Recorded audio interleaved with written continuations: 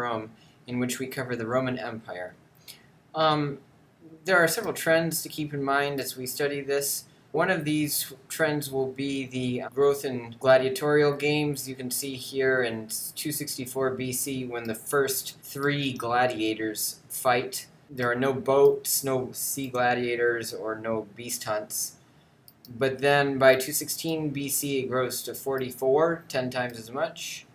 And then in another 50 years it grows 3 times as much. And then by the 1st century BC you're getting elephants from Africa. And then within another 40 years in the time of Pompey you're getting massive 5-day programs with 500 beasts and 20 elephants. So the Roman people were already starting along the path of bloodlust and the descent of the culture into its obsessions and lusts after violence and gore and conquering. So when we get into this part of Roman history, the empire, you want to keep in mind the big trends that are causing the empire to peak and eventually decline. And that was one of those trends. As we go through this, you'll see more of these pieces of data from history showing how the various public games are growing or declining. Another thing I want you to keep in mind as we study this is the size of the Roman army. And here's a picture that I found online. So as you can see here, starting around 50 BC when the empire begins, the Roman army grows a little bit but then levels off basically around 70 or 60 AD. That's the point at which the Romans don't need more military to keep on controlling things. They've pretty much won by that point. And things keep increasing right on through the split of the two empires into eastern and western halves. But then in 400 AD, you see that although the Eastern Empire keeps going as the Byzantine Empire, yet the Western Empire plummets precipitously into the ground until it ends. So the real big collapse starts around 400 when the big invasions come, the Lombards, the Goths, the Vandals, all these people pouring in and overrunning the Roman armies. But just keep in mind that the Roman army is pretty much big and strong throughout the whole empire and is pretty well able to fend for itself. Some say that the final collapse right at the end was caused by the Romans getting lazy and sloppy and wanting to abandon their helmets and their breastplates, which basically removed their competitive advantage on the battlefield. And also another reason the Romans collapsed was because all this time their enemies, namely the various barbarian tribes, were growing stronger and smarter about how to fight Romans.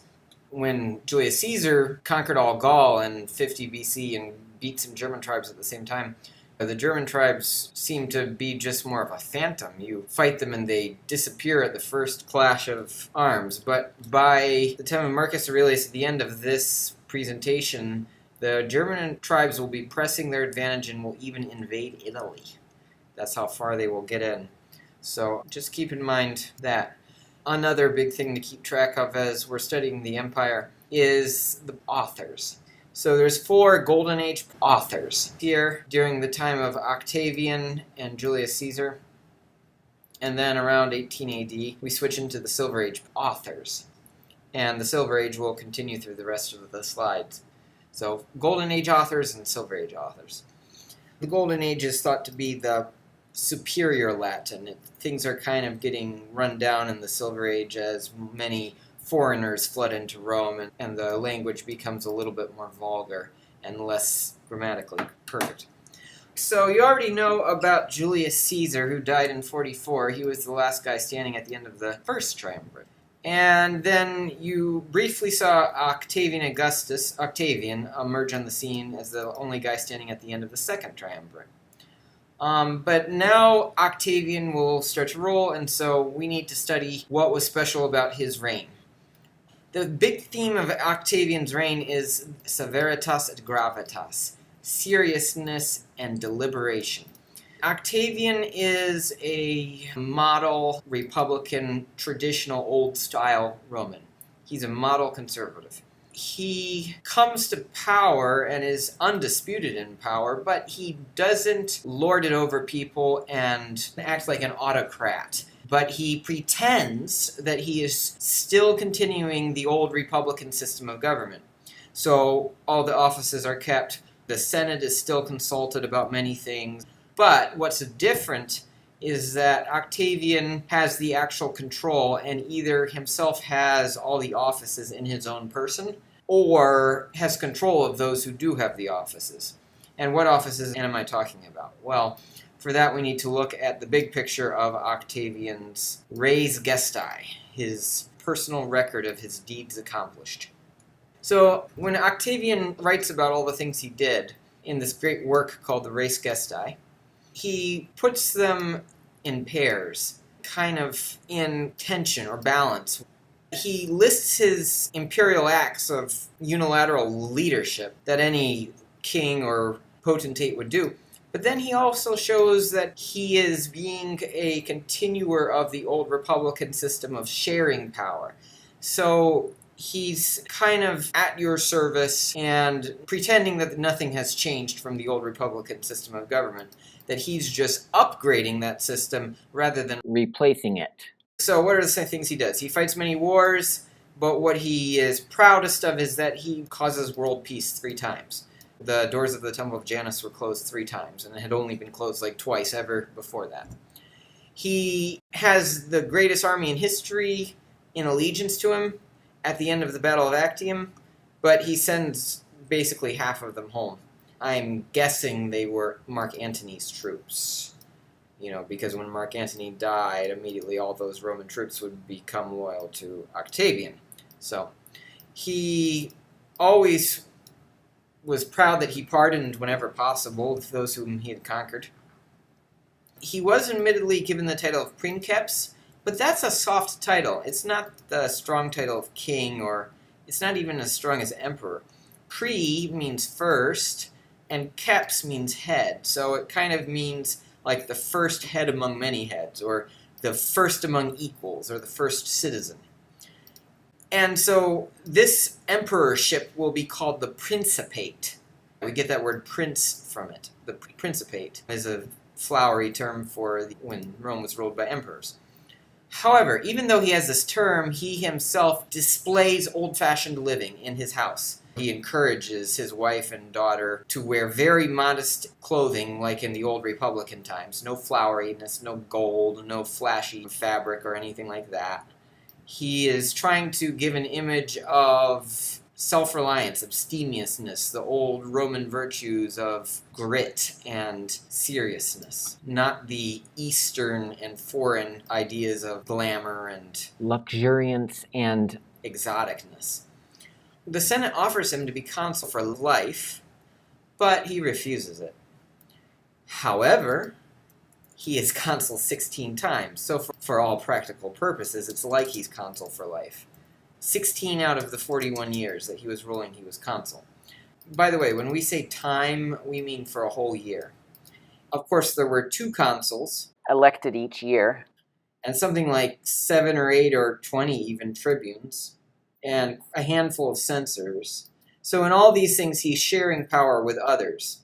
It's really just a privilege. If you're the consul, you have the privilege of convoking the Senate.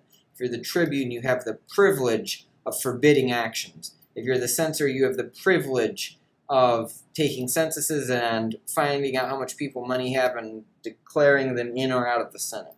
So Octavian, in being the emperor, will have all these privileges implicit. It's no longer the old Republican system where you only hold 1 office at a time. No, the emperor will have 4 or 5 of these offices, and probably something like 3 or 4 priesthoods at the same time. But in all this, he's not being a one-only monarch because he shares power with the other consul or the other magistrates. And Augustus in particular will try to follow all the rules and not show sweeping actions that would suggest that he is ruling by royal fiat. No, he will try to do the old Republican tactics of conciliating working the political system, building up consensus support, all these things that make him not just feared but loved. Because a big part of his power is that he is sharing the honors with others. Also. Okay, he was offered many triumphs, more than was realistic. In other words, the Senate was just offering him fake triumphs, pretty much to flatter him, and he declined them except for the ones that were legitimate. Obviously, the Senate was afraid of him at first, and this will become frequent, that the Senate is a little afraid of the emperor, and so they will often try to shower the emperor with flattery and with rewards and accolades. So many emperors will accept it, but the better ones won't, and will decide for themselves when they're going to accept a title or a reward or whatever. All right, he was offered extraordinary powers, kind of like Julius Caesar was offered extra emergency powers when he was made dictator for life. But unlike Julius Caesar, Augustus refused them. Maybe that's why he wasn't assassinated. He was offered the high priesthood to be Pontifex Maximus, and he could have just pushed the present Pontifex Maximus aside, but he showed his piety by waiting for that man to die, and then he accepted the priesthood. And even though he was taxing people a lot, taxing the provinces and such, he also gave tons and tons of money away for free, and tons of grain away for free. So he showed that he was acting in the best interest of the Roman people, not saving that money for himself or his family or selfish pursuits.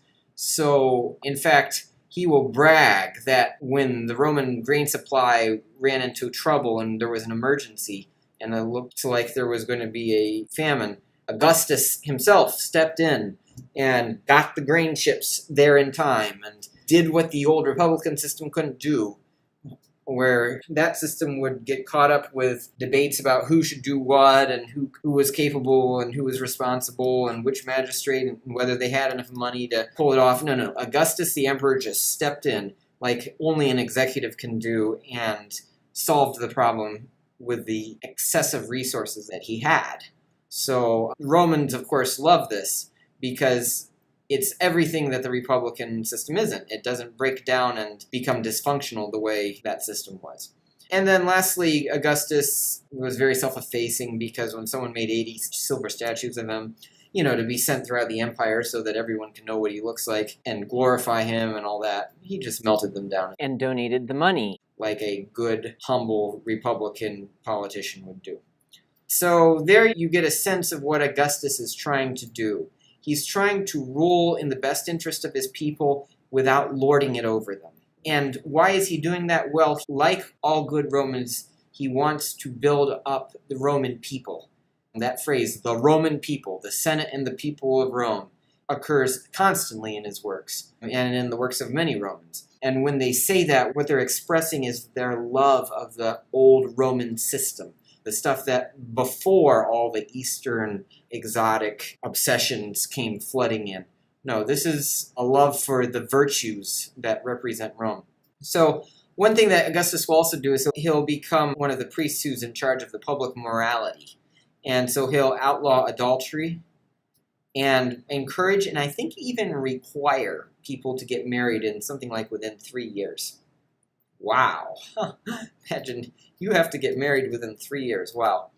And when certain people were demonstrating public immorality, like his own daughter Julia, and like the poet Ovid, who wrote The Art of Love, the Ars Amatoria, Augustus, he didn't kill them like later emperors might, but he just exiled them, sent them away, gave a clear message that this won't be tolerated. And everyone was impressed because they thought, he would make an exception for his own daughter. Nope, didn't. This is the first real breath of fresh air for Rome, pretty much ever, actually. Maybe there was a breath after the Carthaginian Wars, briefly, but not really.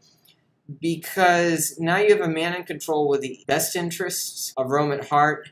He is seeing to the foreign and the domestic at the same time. Foreign affairs are things that are concerning other countries, while domestic affairs are inside one's own country. So he cuts the army in half. The soldiers aren't needed anymore because Rome is basically won around the whole edge of the Mediterranean and ushers in 120 years or so of the Roman peace, the Pax Romana. And if you're interested, it's that Roman peace which is mentioned in the Bible where it says in the year of Caesar Augustus, the whole world being at peace. The angel of God was sent to a virgin betrothed to a man named Joseph, da-da-da-da-da. So it's the advent of this great Roman peace that gives people the ability to catch their breath, to have the leisure, the freedom to suddenly think about greater things and decide, are we going to indulge in the worst of the worst, or are we going to go for religion, as many people did in the ancient world around this time, which is why there was an explosion of the Jewish religion in terms of numbers of people all over the East? Or, what are we going to do? There's lots of literature now, suddenly. There's lots of people writing. Virgil here, the poet, is praising the glories of Rome, praising the new era that is being ushered in. They say it's the return of the Golden Age. And this was a Roman belief that in the ancient times, under the Titans, there was a glorious Golden Age where everything was blissful and happy. And then slowly life declined into a Silver Age where there was sin, and then a Bronze Age where there was warfare and heroes, and then into an Iron Age where there was just nothing but backbreaking work. But now Virgil will speak of the return of the great Golden Age with Augustus here, who was paying him probably, by the way, to write all this stuff, sponsoring him, being his patron. So Augustus has this phrase, "I found Rome a city of brick and left it a city of marble." And that really expresses the sense that Rome has arrived, and it will now have the freedom to take whatever path it chooses. Unfortunately, though, Augustus isn't all good in everything. If you watch the Julio-Claudians family tree video down in the description below, you'll see that in his personal life, Augustus did a couple bad things. One is he stole his wife, Livia, here, from her husband, forced her to divorce him, and then himself married her. But she was very devoted to him all her life, so aside from that kind of illegal action, they were very moral after that. But then one other thing they did, we'll get into with her son, Tiberius, down here. In my opinion, one of the public failings of Augustus is that he kind of gives a compromise, a trade-off, and even though he is in favor of morality and displaying traditional Roman virtue, he really indulges the masses with gladiator contests and blood. That's what they love. They're starting to learn that festivals and gladiator contests and even actors, any entertainment, is highly helpful to build up a politician's reputation. And Augustus probably didn't even consider the possibility of stopping this trend, but it would continue throughout all of Rome's history, basically until Rome became a Christian nation and outlawed gladiators right at the end before it collapsed. So you can see Augustus through gladiator shows with 10,000 gladiators, and he did it 8 times, 8 separate occasions. He would also make these huge artificial lakes in and around Rome and display sea battles with 45 ships, which was more than Julius Caesar. Julius Caesar had been 30 ships. And he also had unheard of animal hunts, 3,500 animals, and he did that 26 times. So you can see that Augustus is really indulging the popular bloodlust for gore and excitement. But in the provinces, at least, Augustus does limit the gladiators to less than 120 in any gladiator show out there. But that's probably just because he didn't want any gladiator revolts like they had with Spartacus. Okay, so our next emperor then will be his adopted son, Tiberius, who's Livia's son. And unfortunately, Livia seems to be the less good person in the family, because the suggestion is that she probably bumped off all the other people in line to the throne ahead of Tiberius, so that Tiberius, her son, could get into power. But, you can have a different opinion. It's not a slam-shut case. The other arguably bad thing that Augustus and Livia did was that they forced Tiberius here to divorce the wife he loved and marry another woman who was politically more advantageous, in their opinion.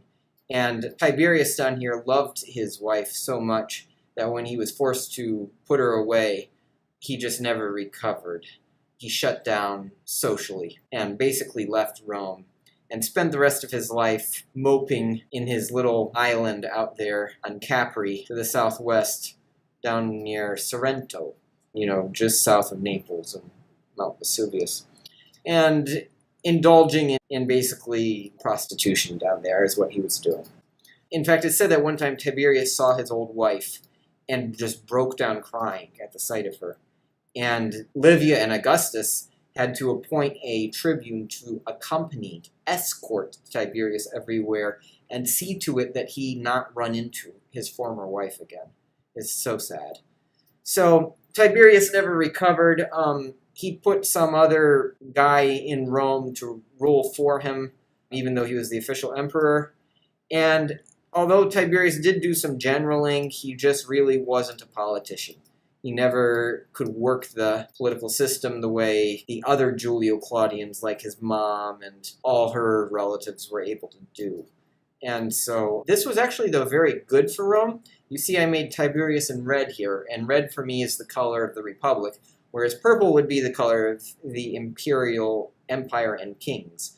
And I put Tiberius in red because his absence from Rome is actually a kind of very salutary neglect. It's good for Rome. And without an emperor meddling in things, the normal machinery of government can function quite well. And the Romans will wish they had that back under the next three guys, who are, here we go.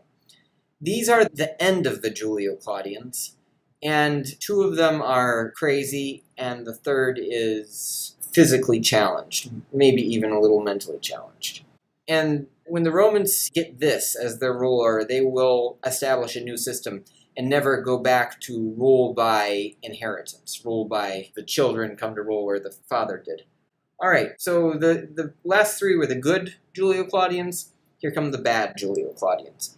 The first one is the closest thing that I know of to Antichrist, Caligula. Notice he's in purple here because, yes, he certainly ruled autocratically by fiat like a king. He rules for, see here, a time, times, and half a time. Basically, 3.5 years, just like the Antichrist does in the Bible. But he wasn't bad at first. In fact, the Romans were expecting that he was going to be a breath of fresh air. If you watch that other video on the Julio-Claudian family tree, you'll see that he has a father named Germanicus. And Germanicus was actually what people wanted as their emperor instead of Tiberius. Germanicus was out on the province as a general, and he was greatly loved. He was highly respected, humble, handsome. He was everything. And Germanicus was raising his son Caligula here, and he made for his son a little soldier's costume. So you can imagine a little Roman soldier running around camp with all the real soldiers looking at him and laughing at him and admiring him and cracking kind jokes at him. So that's how he got his name, from the little boots he would wear. Caligula has a UL, which is a diminutive, which means little, and Caligae are boots, so his nickname is Little Boots, basically. Now, unfortunately, his father, Germanicus, never came into power because as Germanicus' star was rising and he was getting more and more popular, the Julio-Claudians back in Rome, especially Tiberius and Livia, started fearing that he would displace them as the ruler. And there was actually a revolt on the border up near Germany where the soldiers hailed Germanicus as the new emperor. And Germanicus could have stepped in and probably become emperor there. He was that popular. But instead of doing that, he adopted a demeanor of great sorrow and sadness and sent his wife and little son Caligula away. And when the soldiers saw him sending his family away as if there was violence going to happen and saw him all sad, they were so hurt that they handed over the leaders of their little mutiny and accepted his request that they return to their positions and not put Germanicus in power. So Livia and Tiberius, of course, breathed a sigh of relief. But it had been a close call, in their opinion, too close for comfort. And so they decided that they needed to transfer Germanicus down to Egypt. And so they did that. And guess what? People started proclaiming him as emperor there, too. Oh my goodness, this is getting out of hand. And so they decided that even though he was such a great guy and he had done nothing to them, he was just too threatening to their power, to their position. And so they knocked him off, killed him. So when Caligula, his son, then appeared as the next in line to the throne, everyone thought it was going to be heaven. He was our baby, our star, they shouted as he came triumphantly into Rome. And he had a honeymoon period of them for 6 months, and everybody loved it, and he was a great emperor until he grew paranoid and started thinking everyone was out to kill him. Now, there's several theories for why he goes wrong. One is that, there was lead pipes in Rome, so the emperors were drinking lead water, and it was causing them to slowly go crazy and get psychotic. But Caligula lived in the provinces most of his years, so that probably wouldn't have happened to him, in his case at least. It might have happened to Nero and Claudius. With Caligula, it just seems, to be completely honest, that he was demonic or insane. One of the two.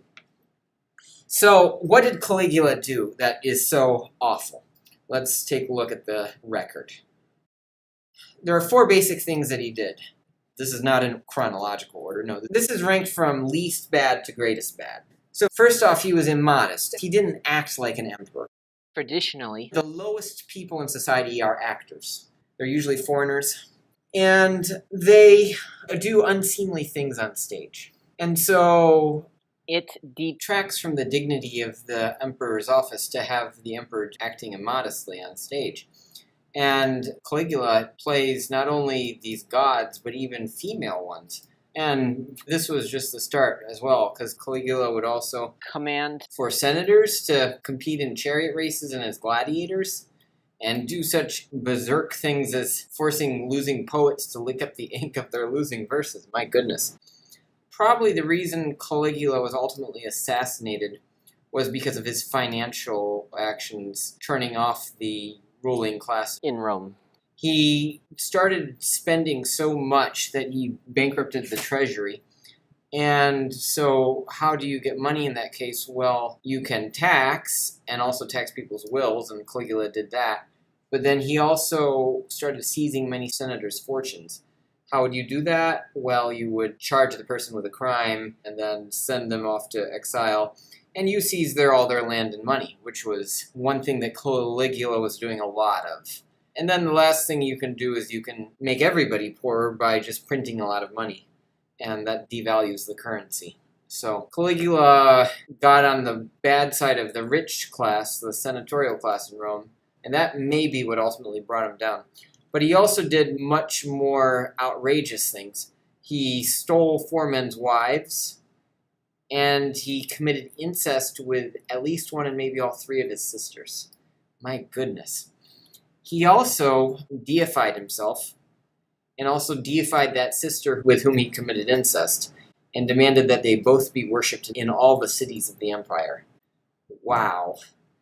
This is classic Antichrist vaunting himself above every god, because Caligula claimed to be Jupiter, and there are different titles for Jupiter, Capitoline Jupiter, and Jupiter of, some other location.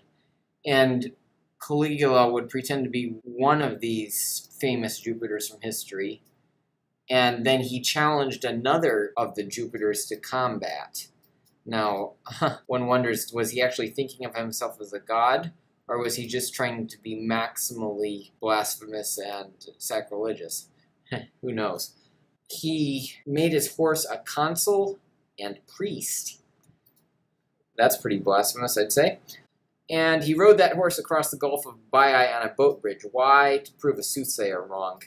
He commanded his British soldiers to take spoils from the sea.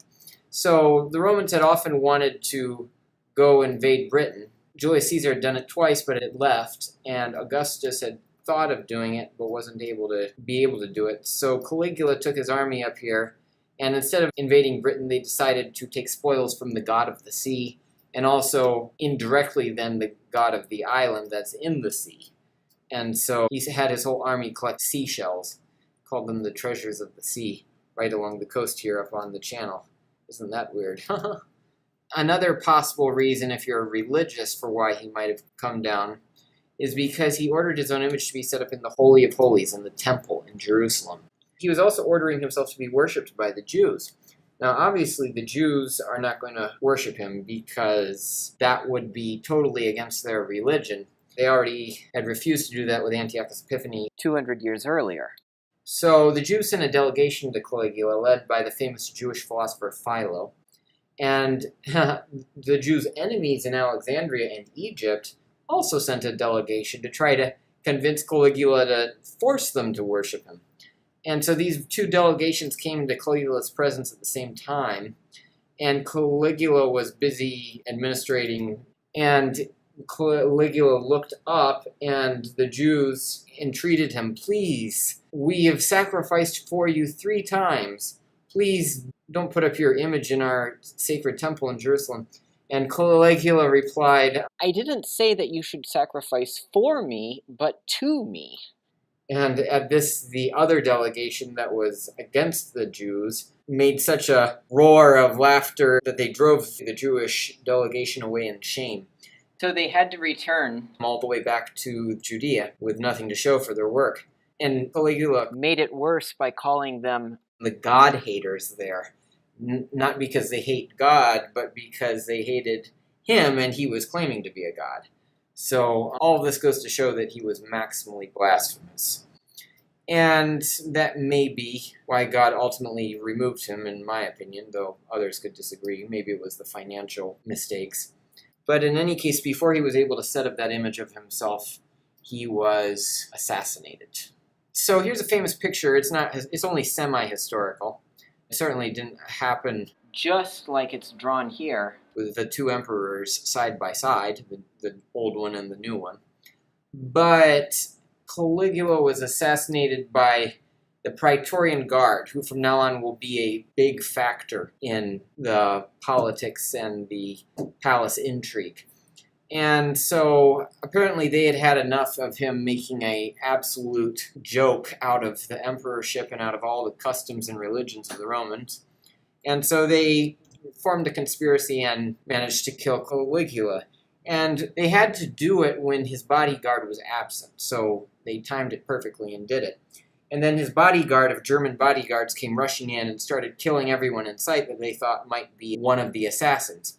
Meanwhile, many of the actual assassins got away and started killing members of the royal family, the other Julio-Claudians. And so if you go onto that other video down there in the description, then you'll see a big cross out where 3 of them were killed at once. And that's why, because that was this incident.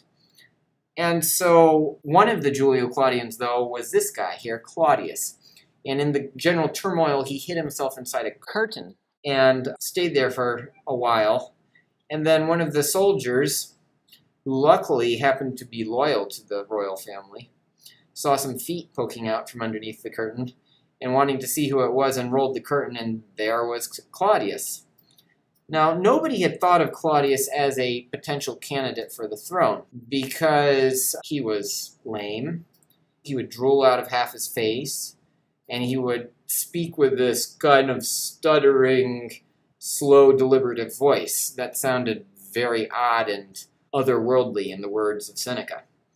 So, even though, as you will see in that other video, there were many killings by this time inside the Julio-Claudian family, nevertheless, no one thought to kill Claudius because he didn't seem like a realistic person who might roll. So when Claudius was found, he immediately started begging for a mercy that they not kill him.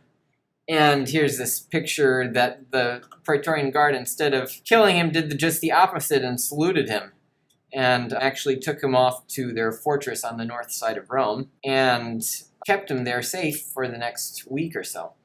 Meanwhile, no one knew who was going to be emperor. So the senators started trying to put something together about who would rule, but they couldn't agree amongst themselves.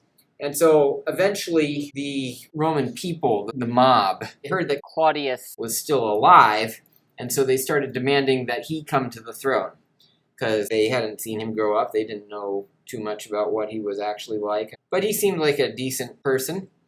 And so, to everyone's great amazement inside the Julio-Claudian family, Claudius was brought back to wild acclaim, and he became the next emperor and actually was a good emperor for almost 15 years. Now, why was he a good emperor? He was a good emperor because he knew his weaknesses. He obviously had physical problems. And so he tried very hard to play his cards well, and he did. He did play his cards well. He improved Rome's infrastructure, its transportation and grain supply, and he also got some credit for going and invading Britain, which his predecessors hadn't been able to successfully accomplish. So his general there just conquered the southeast corner and then waited for Caligula to come and do the honors of finishing off the last city. And after that, the Romans gradually expanded to fill the whole island. This was a great time of peace. Everything went really well because he was humble and knew his faults. They did not even get into too great an indulgence in games and hilarity, but Caligula made the mistake of marrying inside the Julio-Claudian family, marrying one of the conniving women. In fact, his own niece, Agrippina. He actually had to change the laws of incest to allow himself to do this, which was a big mistake. He should have known better. But Agrippina was romancing him, and I guess this had maybe never happened before, and so he fell for her. And pretty quickly, she killed him. Gone. So now we've got two emperors. assassinated. Why did she kill him? Well, she wanted to put her own son on The throne. this guy, Nero. And Nero was grateful to his mom for putting him in power. In fact, for the first few years of his reign, he put both his image and his mom's image on all the coins. But by the end of his reign, he had grown into his own mind and wasn't doing things her way, and the clash between his personality and hers would ultimately cause him to kill his own mother, who had put him in power. Wow. How's that to thank someone? He also murdered other people in his family, and you'll see that if you watch the other video. It's only 2 minutes. So, how is Nero different than the crazy Caligula? Well, Caligula was insane or demonic. But Nero was just a dreamer. He was an artsy romantic. And Nero just wanted to live out his fantasy. You can see some of the things he did here. He was a Grecophile. He loved the Greek culture, so he built lots of theaters. And he himself would act in it, just like Caligula had. And he would also recite poetry on the stages. And you had to wait for him to finally finish his poetry before you could leave. And there are records of people like going to the bathroom right there because they're not allowed to leave. And even of a woman giving childbirth in the audience because she wasn't allowed to leave. Wow, as Nero droned on sonorously. He had lots of affairs with people, and even married a man as one of his affairs. The man dressed up like a woman. I'm not sure what exactly was going on there. But I don't think he stayed with that person very long. He also wanted to be the greatest and the best. So he competed in games, chariot races. He competed in the Olympics, and I wouldn't want to argue with the commander of 30 legions, would you? Would you want to beat him in a race? So, not surprisingly, Nero won every event. Wow! Other things that he would do is he would build a huge palace, which I'll talk about in a second, called the Domus Aurea. And in that palace, but also out in public, he would hold these enormous banquets and sometimes allow the Roman people to watch him from across the lake or wherever he was Dining. And there would be incredible debauchery and all kinds of machines to create Special. effects, novelties. Like his palace had, I think, a rotating dining room. and there was all kinds of stuff like that. In fact, here is a picture of that palace that he would build in a second, but I will get to that in a second. Let me not go that fast. Okay, so you get an idea of Nero's personality. He was just a dreamer. But things were getting in the way of this dream, and we'll see how he dealt with it. Pretty early in his reign, he was running out of money for all his spending and habits, and then things got even really worse because there was a fire in Rome. So the fire started down here in the Aventine and Palatine and around the Circus Maximus, and then it also broke out later and ravaged the Campus Martius, the buildings that were out there. Now, Nero, when he heard of the fire, raced back to Rome and really helped out a lot. He helped fight the fire, and he organized emergency shelters and, handed out free food and free money. And even though the treasury was empty, he did what he had to do. And so that was very admirable. But then once the fire was over, with this huge swath of burned out piece of land here, he decided to take it for himself and build himself the grandest palace ever, the Domus Aurea, the Golden Palace. And it said that when he finished it, he said, at last I can live like a human being. So in any case, you can still see the Domus Aurea today if you get on the correct tour. It's hard to get into. Or in fact, you can see a piece of it out here on the hill just above the Colosseum. And you can see where it would fit in there. But this house was big. This is only one little piece of it here, but it went around, encircled. Where the Colosseum was, there was a lake, and that Colosseum was encircled by this portico. And then there were also like gardens and forests and wild animals from foreign lands running loose right here in the middle of the city. And so the Roman people, who were crammed like sardines into the Suburra, into the apartment building 6 stories high, saw Nero with his lavish space and luxury out here. And even though they had liked him for what he did after the fire, the rumor started to spread that Nero had caused the fire specifically so that he could build this palace. So Nero, wanting to distract attention, decided that he needed a scapegoat, someone else to blame for the fire. And so guess whom he pointed to but this no-name sect out from the east, which was always meeting in secret, so no one knew what it was actually about. And he blamed the fire on the Christians and started the first persecution of the Christians in 64 AD. And in that persecution, the 2 great apostles, Peter and Paul, Saints Peter and Paul, were killed in that year. So Peter was killed out here in the Circus of Nero, right where the Egyptian obelisk is. That marks the spot. And his body was thrown into a cemetery out here that's right under the altar of St. Peter's Basilica. In fact, I'll also put below, down in the description below this video, a link to the Scavi tour, which I highly encourage you to click on and go through. It's a 3D tour underneath in the basement of St. Peter's Basilica, down into where that cemetery is. And also there's you can see ancient Roman street down there. It's just like pagan Rome, all the paintings and everything. This is one of the best preserved things I've ever seen. So I'll put that link down there in the description, and I hope you click on it. But, so Peter was killed and buried there. He was crucified upside down, it said, because he requested that because he didn't feel worthy to be crucified in the exact same way that Jesus had been. And then way down here to the south of the city, St. Paul was beheaded right here in his famous basilica, which is called St. Paul Outside the Walls, because it's outside the walls of Rome. And I actually think that this is the most beautiful church in the world. If you ever go into it, it's a classic Roman Christian basilica. This is absolutely gorgeous, and outside the courtyard and everything is beautiful. This is the new building, though. The old one burned 100 years ago. So, in any case, that's where St. Paul is buried, supposedly. I'm pretty sure he is. Records have been kept there a long, long time, going way back. In fact, you can see all the popes on the walls, their pictures going back to Peter himself. This would start Christian persecutions off and on. Christianity would be an officially distolerated sect. And so most of the emperors wouldn't really go right after it.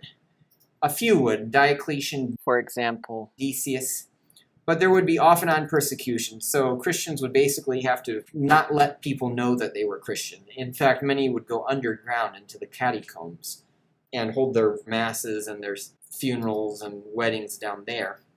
And this would go on until Constantine came to power almost 3 centuries later, in 323. So that's kind of it for the Christians for the foreseeable future. They still exist everywhere in society, but they're just hush-hush. So Nero's persecution then occurred, and Nero came out of that persecution looking pretty good. After this, Nero also ran into the same problems as Caligula, running out of money. So he did the very same things as Caligula. He devalued the currency, he put taxes on people. So the taxes that Nero put on the provinces began a Spanish tax revolt. And that led to an armed revolt under the next emperor, who will be called Galba. And Nero was driven out of Rome. He lost the loyalty of the Praetorian Guard. He lost the loyalty of many of his friends and many of his freedmen. And so as he was running away from Rome, not knowing where to go, he stopped in a little villa out there. And the soldiers sent by the Senate to take him in chains to be executed were just coming up the road on their horses. And so Nero knew he had to commit suicide. And he couldn't bring himself to do it, so he asked his freedmen to do it for him, who did it for him. But his last words were, "What an artist dies in me." So that was the end of Nero's great dream. Poor man. But the Roman army had enough of inheritance. So the next 4 guys here are all generals. And one after another, they will knock each other off. Otho will knock off Galba. Vitellius will knock off Otho. And then last of all, Vespasian will knock off Vitellius. I think actually one of them might have died of sickness. But in any case, this will be called the Year of the 4 Emperors, 69 AD. So you need to remember that year, because that's the end of the Julio-Claudians and the beginning of the Flavians. All right, so the Flavians will be generals. And how they become so popular and get into power is because this guy, Vespasian, is the guy sent to put down a great revolt out in the province of Judea. Well, the Jews kind of split in the time of Jesus. Many of them went into Christianity, believing Jesus was the Messiah, and many of them didn't and decided to keep looking and waiting for a Messiah, because there were 2 images of the Messiah in the ancient Jewish scriptures. One was he would be the suffering servant, the son of Joseph, like Joseph in the Old Testament, who suffered at the hands of his brothers. And the other was that he would be the triumphant king, the son of David. And so those who saw him as the suffering servant became Christians, and those who said, no, he has to be a triumphant ruler, stayed Jews. So those who stayed Jews were then very eager to find an actual Messiah that would match this growing Christian sect and prove it wrong. Well, along came several messiahs at once. And it was in the late 60s that a revolt broke out. And Jerusalem had something like 2 million people there for the annual feast of the Passover. Jews would come from all over the Eastern world, from as far away as Iraq and Greece and southern Egypt, and they would all congregate for the great week-long feast of the Passover. And it was at this feast that the revolt broke out, because obviously this is the greatest concentration of Jewish strength. But they were not united, because there were several people claiming to be the Messiah. And so they didn't put on a unified front. And that enabled the Romans to, one by one, start capturing the various outlying Jewish cities and fortresses. And finally, after about a year of maneuvering, the Romans were even able to lay siege to Jerusalem itself. And now, the Roman army was tiny compared to the 2 million people in Jerusalem. But what they did do was they were tough, and they were good engineers. And so they built a wall around the entire city of Jerusalem, something like a 10-mile wall. And then with their 5 or 6 legions, however many were there, they just staffed it. And so they basically killed about 1 million of the people inside the city just by famine. Now, they weren't doing this cruelly, because Josephus himself, who had been one of the rebels, and had actually been captured and then saved from being killed by Vespasian, because Vespasian knew that he was a leading statesman and was a good writer. Vespasian wanted Josephus to accompany the Romans and observe what happened and write a historical record of it, which we can thank him and Josephus for one of the best historical records in history. You can really feel like you're right there because Josephus saw it all himself and described it minutely what happened. So feel free to read that yourself, Josephus's Jewish words, if you're into that. And Vespasian was very generous. If a person was willing to lay down their arms and submit to Rome, he would let them through the siege lines and let them go off to another town and live. He would even give them a little food so that they could, make it. So many people accepted this, but a huge number were so dedicated to their messiahs that they fought to the death. And in the tumult, they even started infighting. So one group went and sacked another group's granary, thereby worsening the famine. And Josephus himself said that, this generation of Jews was about as evil as they had ever been. They were that depraved and full of vices. But in their defense, it wasn't just the Jews' fault, because for decades the Romans had been crushing the Jews under abuse and taxation, and especially one Roman governor named Florus had been trying to cause a revolt so as to hide his own corruption. So thus came to pass what Jesus had predicted. When he was being crucified, he said, "Don't weep for me, weep for yourselves and your children. For a day will come when you see Jerusalem surrounded by armies, then flee to the countryside and don't go back to get anything." So that came to pass in 70 AD. So this campaign brought Vespasian to popularity with the Romans, of course. Now, Vespasian didn't stay to the end of the siege because he had to go off to Rome to be the next emperor. But he left his son here, Titus, to finish the siege. And Titus did that. And Titus also cleaned up the other outlying fort at Masada, a huge hilltop fortress. And so then Titus came to Rome and had a great triumph in Rome. So the Arch of Titus is actually the one that commemorates the fall of Jerusalem, the capture of Jerusalem by the Romans. So what did they do? The Vespasians, they built the Flavian Amphitheater, which you would know better as the Colosseum here. Now, why is it called Colosseum? Well, back when it was a lake inside of Nero's palace, Nero built a colossal statue, a colossus, next to it. And this was a statue of Nero himself dressed, or not dressed actually, I guess, as the sun god Sol, or Helios in Greek. And so Vespasian thought it was a neat statue, so Vespasian decided not to remove it. So for many years, this statue just stood out here, just on the north side of the amphitheater, just like this. So that caused the amphitheater to eventually be called the Colosseum. So that was the Flavian Amphitheater, or the Colosseum. It was actually finished by Titus. And when it was finished, there was a great gladiatorial show that lasted 120 days. And 33 times they had sea combats with 30 ships. And 9,000 wild beasts in the beast hunts. It's crazy. So Titus ruled for a short time, and then his brother came to power. Titus died. And Titus's brother was always wanting to be what Titus was. Titus got to be the general, got to be popular. Domitian didn't. So when Domitian finally got power, he was so hungry for it that he just seized it and it corrupted him. He got so obsessed with it that, power corrupts and absolute power corrupts absolutely, as they say. And Domitian just let it go all to his head. And he became really rude to a lot of people, mostly the Senate. You notice I have him in purple here because he ruled like a king, not like one among equals, not like a republican magistrate, but no, like an actual king. Poor Domitian here, he was just really bitter in a lot of ways. They say that he would sit in his office doing his favorite pastime, which was stabbing flies. The one thing that he was good at was regulating morality, because he had no wife himself. Or if she did, I think he had no interest in her or something like that. So obviously he regulated morality just the way Augustus had, but of course then it was pretty easy for him since he wasn't tempted, apparently. He was just bitter and jaded, I guess. But his rudeness kind of got the better of him. He was ultimately assassinated in a palace plot. The senators assassinated him, and his memory was damned by the Senate.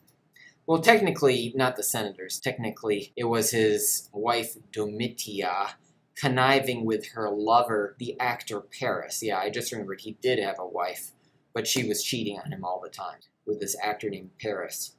The senators, though, put her up to it, and so when he was killed, his memory was damned by the Senate, or condemned.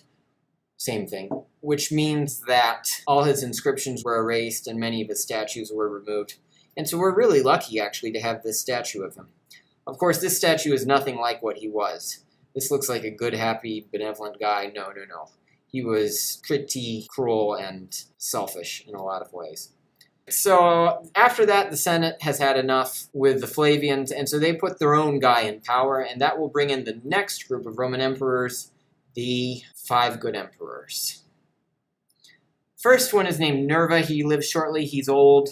He just really doesn't have what it takes to administrate such a big empire, so he will leave it basically to his advisors to make all the decisions. But then after him, the next 4 emperors will rule for 20 years each. And these will be years of peace and prosperity. Internal peace, that is, not external peace. Well, not really. Not at least under Marcus Aurelius, the last one down here. Things will start to break down. But, in any case, these are the 5 good emperors, and they all ruled very well, and were very good administrators and pretty virtuous. First one is Trajan. When Nerva has no kids to inherit the throne, and he's looking around, he asks advice of his advisors, and they suggest Trajan, because Trajan is a responsible and popular army commander, legatus out there in Spain.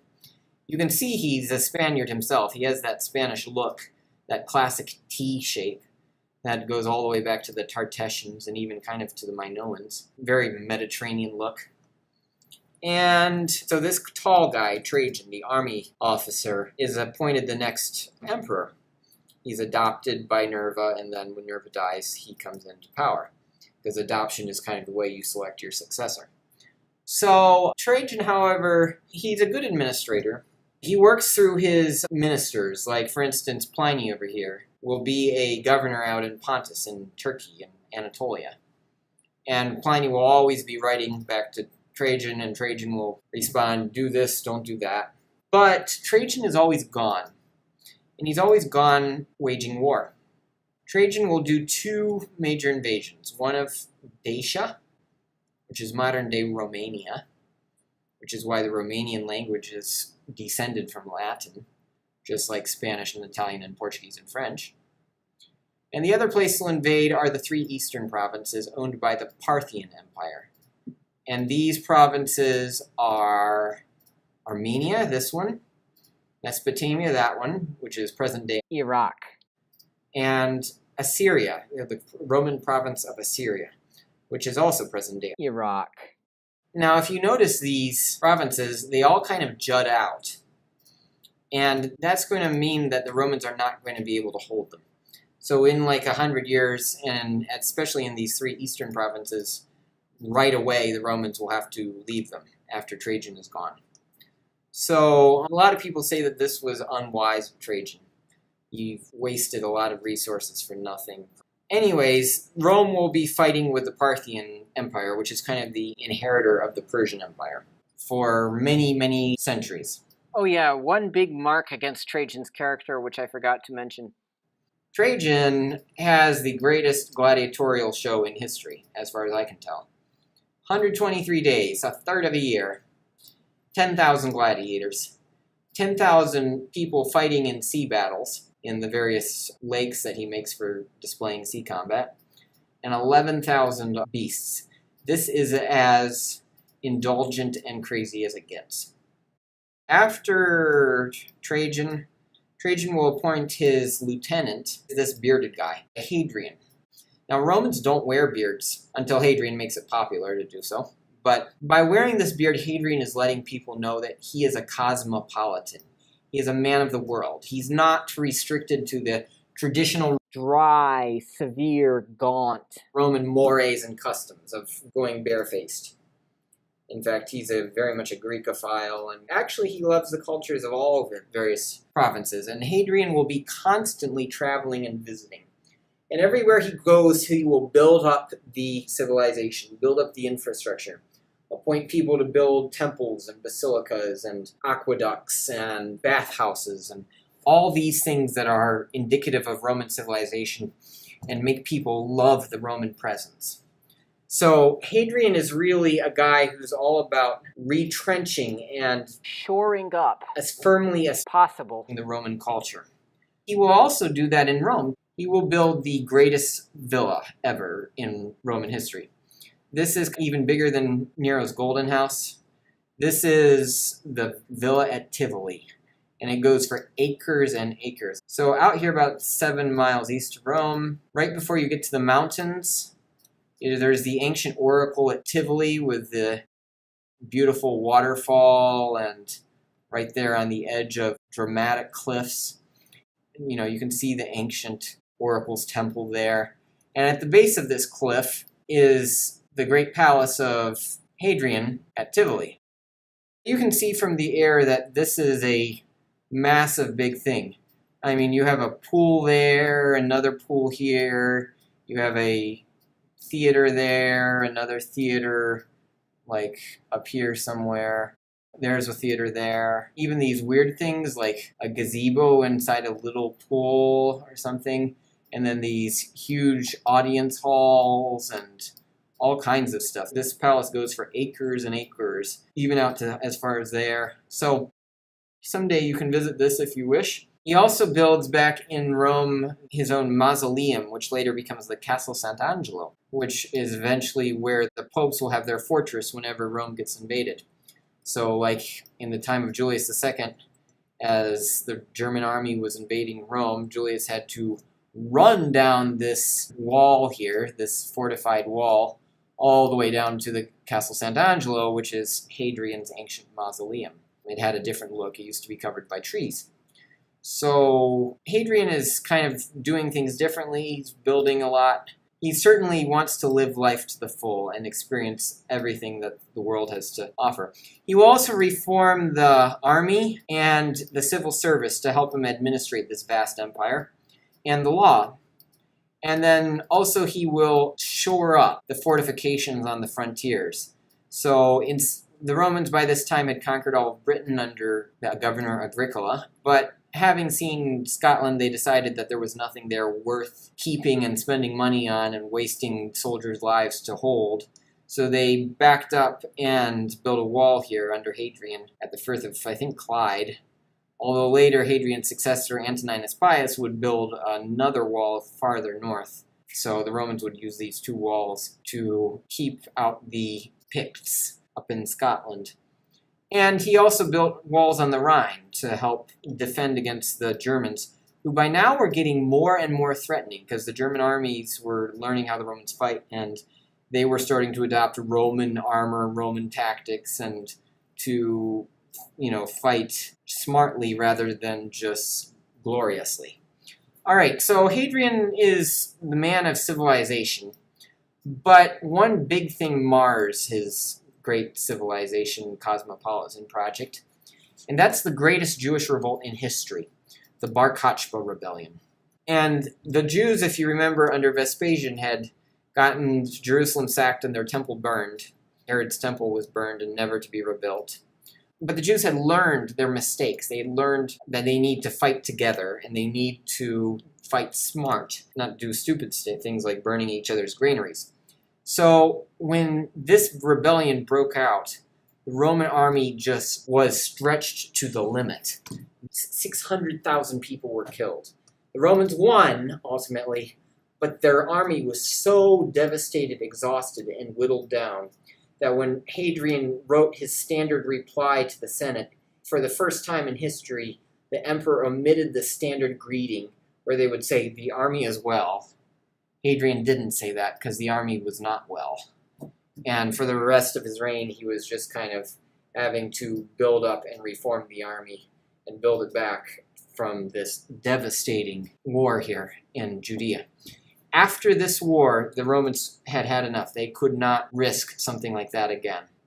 And so they expelled all the Jews from Judea and turned Jerusalem into a Roman colony, called it Alia Capitolina, put a pagan temple to Jupiter on the Temple Mount, where the Jewish temple used to have been, and they changed the name of the province from Judea to Palestine in honor of the ancient Philistines, or Pelasig, the sea peoples who had invaded back in 1300 BC. So this is the end of the hopes of the Jewish people here in the Middle East pretty much until 1947.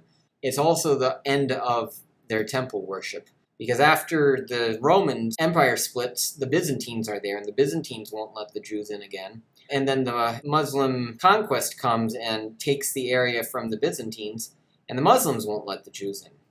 So all through the Middle Ages, there are either no or few Jews in Jerusalem. It's only with the British conquering the Ottomans in World War I, and then finally at the end of World War II establishing a Jewish homeland there, that the Jews start coming back to Judea, and a Jewish state is finally proclaimed in 1947. So basically, this is it for the Jews, the Bar Kokhba rebellion under Hadrian.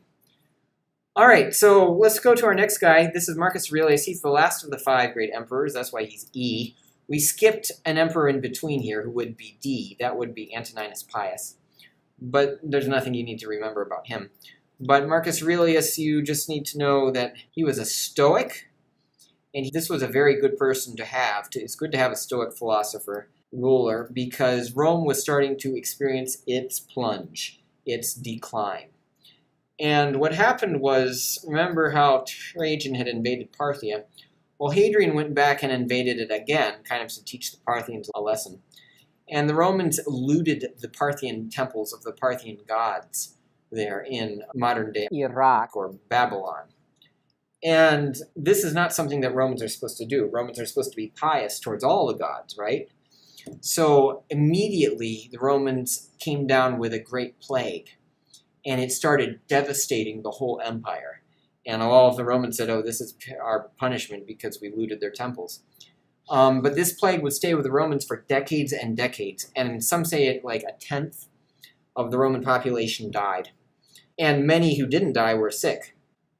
And also at the same time, the raids started increasing by the Germans up along the borders, up in Germany and on the Danube. So, in fact, some German bands even broke all the way down into Italy, down here near Venice, and beat a couple Roman armies along the way to doing that. So Marcus Aurelius had to scrap together a ragtag quick army and go racing up to stop them. And he was able to stop them, but you see the desperateness of the situation, that here he is going up in winter in the cold rain with his sick army where people are dying every day of plague. And, he's going up to put a last-ditch defense against a group of wild barbarians who have already beaten 2 Roman field armies. But he's successful in doing that. But while he's doing this, while Marcus Aurelius is managing this disastrous situation, he writes these meditations, which are one of the great works of virtue and philosophy in history, where he kind of preaches to himself and says, be a good man. The world may be falling apart. You may die tomorrow, but wherever you stand, do it well. Be prudent, conscious, just. Do everything that is honorable, just like all the Stoic philosophers had always said. You're never supposed to get too high, too elated, nor are you supposed to get too low, too depressed. But the Stoics say, no, you always chart this middle way. So Marcus Aurelius will be basically the last good emperor to control the situation. And after this, the Roman army and empire will start to decline for many reasons. It's greatly argued why the empire declined. Maybe it was partly the plague, partly it was the Germans just becoming better fighters, partly it was that the Roman people were getting too loving of peace and not sending their sons out to be soldiers. So, any empire eventually declines. So after this, there would be another 140 years of holding the border with intermittent barbarian raids coming in, and the Romans slowly trying to settle and Romanize these barbarian raiders faster than they can break down the civilization. And then with Constantine, things will kind of stabilize for 100 years, with the Christians now ruling the empire. But then it falls apart pretty fast, starting around 380. And that's pretty much the end of Rome. So I hope you enjoyed the Roman emperors. This has been the 5th of the videos on Roman history, and go watch that other video about the Julio-Claudian royal house. So we've had 3 houses, the Julio-Claudians, then the Flavians, and then the 5 good emperors. And I hope you remember those who I've gone through today, and remember the major dates. Augustus's reign, 27 to 14. The Great Fire and Persecution in 64. The Year of the 4 Emperors, 69. The sack of Jerusalem 1 year later in 70. And also, you might want to remember the explosion of Vesuvius in 79. Okay, that's it. Walete.